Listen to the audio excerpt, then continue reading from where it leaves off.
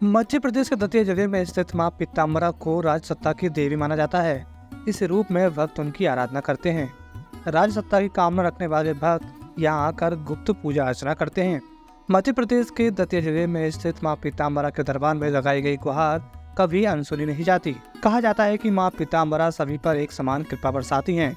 राजा हो या रंग, मां सभी की पुकार सुनती है। बताया जाता है कि इस सिद्धपीठ की स्थापना 1935 में परम तेजस्वी स्वामी जी ने की थी। हालांकि मां पीताम्बरा का जन्म स्थान, नाम और कुल आज तक रहस्य बना हुआ है। इसके बारे में अब तक किसी ने भी सही जानकारी नहीं दी है। कहा जाता है कि मां का ये चमत्कारी धाम स्वामी जी के जप और तप के कारण ही एक सिद्धपीठ के रूप में देश भर में जाना जाता है। यहाँ मां पीताम्बरा चतुर्भुज रूप में विराजमान है।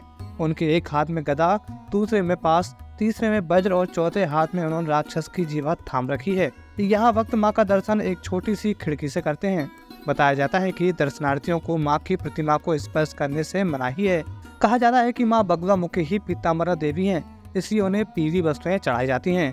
बताया जाता है कि यहाँ भक्त विशेष अनुष्ठान करते हैं और मां को पीले कपड़े पहनाते हैं। उसके बाद ही मुराद मांगते हैं। माना जाता है कि मां किसी को निराश नहीं करती हैं। कहा जाता है कि विधि विधान से अगर अनुष्ठान किया जाता है तो मनोकामना जल्द पूरा कर देती हैं। माना जाता है कि मां पीताम्बरा को राजसत्ता की देवी और इसी रूप में भक्त उनकी आराधना करते हैं।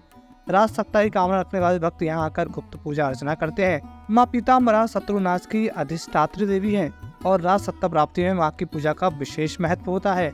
यहाँ पर मां पीताम्बरा के साथ ही खंडेश्वर महादेव और धूमावती के दर्शन का भी सौभाग्य मिलता है।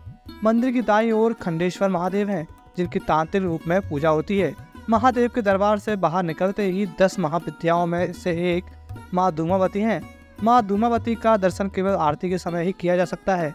बाकी समय मंदिर के कपाट बंद रहते हैं।